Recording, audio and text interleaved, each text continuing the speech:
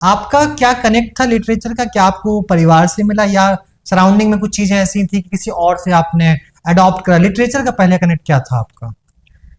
My earliest memory tells me when I was a little kid, और बाबा, मेरे पापा को हम बाबा हाँ। बुलाते थे, तो जब बाबा के रूम में जाते थे, स्टडी रूम में, ऐसे छोटा सा उनका स्टडी रूम था, और 5 से 10 हजार किताबें। Hmm. I use to be like 2-3 years old, तो मेरी पहली मेमोरी ही है कि ये 5-10 हजार किताबें, और वो ऐसे ऐसे निकाल के पढ़ते थे, उनको ऑर्गेनाइज करके रखते थे। हम्म। वो ऐसा इम्प्रिंट है ना, दैट मेरे अंदर वो चीज थी, मुझे ये सब पढ़नी है।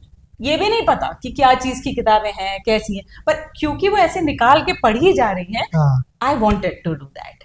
फिर Okay. जैसे जैसे बड़े हुए, पता चला कि बाबा वॉज एन एंथ्रोपोलॉजिस्ट, तो उनकी 50% किताबें एंथ्रोपोलॉजी हाँ। रिलेटेड थी, और बाकी multi disciplinary literature, a lot of novels, हाँ। A lot of English novels, Hindi novels. मेरे बाबा के पास सारिका एक मैगजीन हुआ करती थी, बहुत पुरानी। हाँ।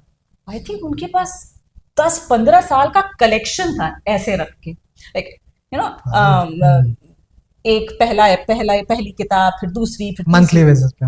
मंथली बेसिस पे, and readers digest. Then they used to be span करके एक अंग्रेजी मैगजीन आती थी, तो ऐसे उनके पास कलेक्शंस थे। तो पढ़ने के लिए जो खजाना था ना, वो ठीक घर में था।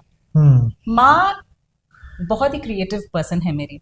वो इनिशियली बहुत लिखती थी, बहुत कहानियां उनकी छपी थी। Okay. वो रेडियो में भी जाके बोलती थी, बट ऑब्वियसली वो जब अपने इस एकेडमिक फेज में आ गई, और हम लोग सब साथ आ गए, हम बच्चे पैदा हो गए, घर सेटल हो गया, तो वो सब कम हो गया, पर पढ़ना कम नहीं हुआ। She still she is a master in 3 subjects, and also doctorate, plus उनका खुद का पढ़ने का जो वो उनके अंदर आग थी, हाँ। वो आज भी है। She 77 and she still reads a lot, rights a lot. हाँ।